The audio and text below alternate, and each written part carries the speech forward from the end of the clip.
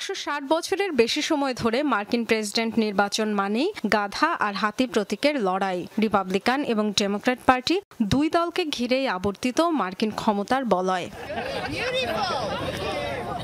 দেশটির সংবিধান অনুসারে ৩৫ বছর বয়সী যে কোনো নাগরিক লড়তে পারবেন প্রেসিডেন্ট নির্বাচনে। তবে ব্যালট পেপার নাম ওঠাতে প্রতিটি রাজ্যে আলাদা করে জনসমর্থনের প্রমাণ দিতে হয়। কঠিন এ শর্তের কারণে ডেমোক্র্যাট ও রিপাবলিকান পার্টির বাইরে জাতীয়ভাবে কারো প্রার্থী হওয়া বেশ কঠিন।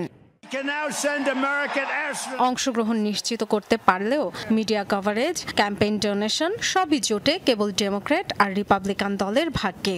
সে কারণেই এই দুই দলের বাইরে মার্কিন প্রেসিডেন্ট নির্বাচনে জয়লাভ প্রায় অসম্ভব। তবে সেই অসম্ভবকেই চ্যালেঞ্জ ছুড়তে চান ধনকুবের ইলন মাস্ক।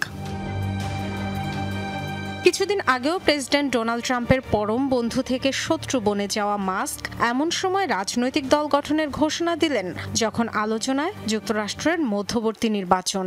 আগামী বছরের ভোটাভুটিতে তার দল আমেরিকা পার্টি কতটা প্রভাব রাখবে তা নিয়ে শুরু হয়ে গেছে বিশ্লেষণ।